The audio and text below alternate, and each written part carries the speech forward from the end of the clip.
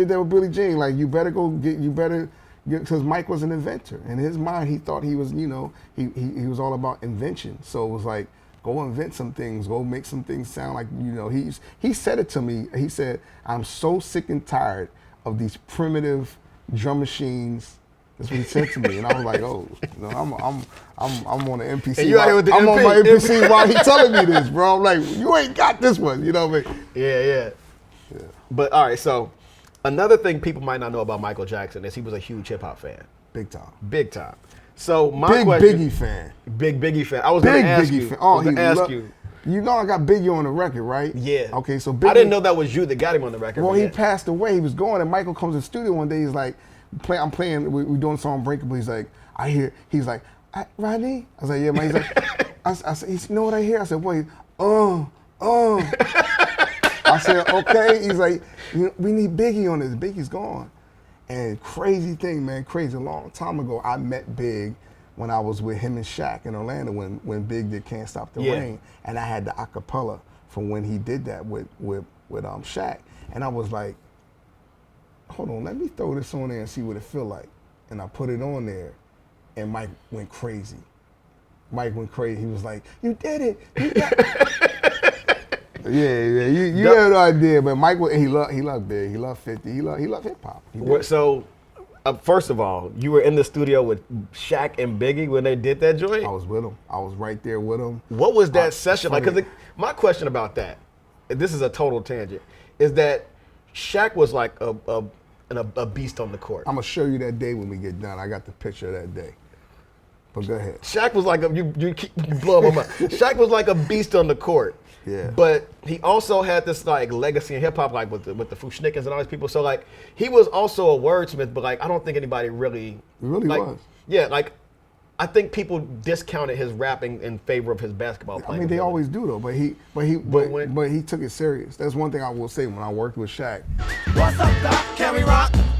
What's up, Doc? I'm the hooper, hyper, protected by Viper. When I'm out the hooping, yo, you better decipher. Shaq took it serious. It wasn't a thing like, he loved hip hop. Yeah. He's from the bricks. He's from Newark, and he loved hip hop. And it wasn't like a thing where, oh, I'm gonna just do a rap record because they tell you like, sports and music work well together. Nah, he really loved hip hop. He was doing it because he loved it. Yeah. He really. I'm surprised. Honestly, I'm surprised that he doesn't have like a full-on hip hop label, signing hip hop artists. Like I would have thought that would have been the after effect of everything. Like when he's done with basketball, I thought like Shaq would probably still keep his music company and really lock into hip hop artists. Because he had Lord Tariq and Peter Guns. They were signed to Shaq. I did not. Wait, you mean Uptown Baby? They were signed. Uptown Yes, Baby? that was on. Shaq released that. That was on Shaq's label, Twism. Doug. So I knew Twism was like a clothing brand. I didn't know it was a label. So think about this. He's winning championships. He's got he's still the only basketball player that went like double or triple platinum as a basketball player rapper. And then he got the biggest song of the summer when that joint came out, Deja Vu. That came out, that was the biggest song that was an anthem for us. It was huge. And they were his artists signed to him. Did not know that. But he did just put the joint, You Can't Stop the Rain, back on streaming. That just hit on streaming. Oh, that's fire. That joint hard. So you never know. He might have a label coming. Hey, you never know. So you said Mike was a fan of 50, a fan of Biggie. Like, were you putting him on? So let me give you the greatest thing. I never told anybody this. So you remember when Michael was brought up on stage by Jay-Z? Y'all remember that? I remember this. Oh, I remember it so much. This is a question I was going to ask you. Let's go. Who you think introduced Jay-Z to Michael? You. There you go. I thought so. Yeah. I was looking at the timeline. So I get the call from my man Big Chuck, who's from Brooklyn, and Big John, the publisher that he's now the CEO of Sony ATV, and they were like, "Yo, Jay really want to meet Michael. Can you make that happen?" I was like, "I got you."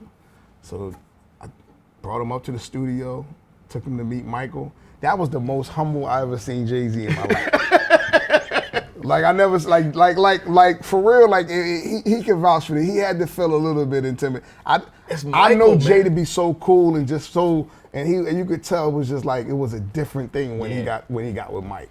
Cause Mike, I mean, my bad, not Mike. Jay-Z is like, he's been Jay-Z the whole time. But Michael has been, if Jay-Z is like a satellite, Michael is like the solar system. He's the thing that makes the satellite orbit. When you know I what I'm saying? introduced Brandy to Michael, Brandy passed out on the floor. No joke. She fell out on the floor. I don't blame her.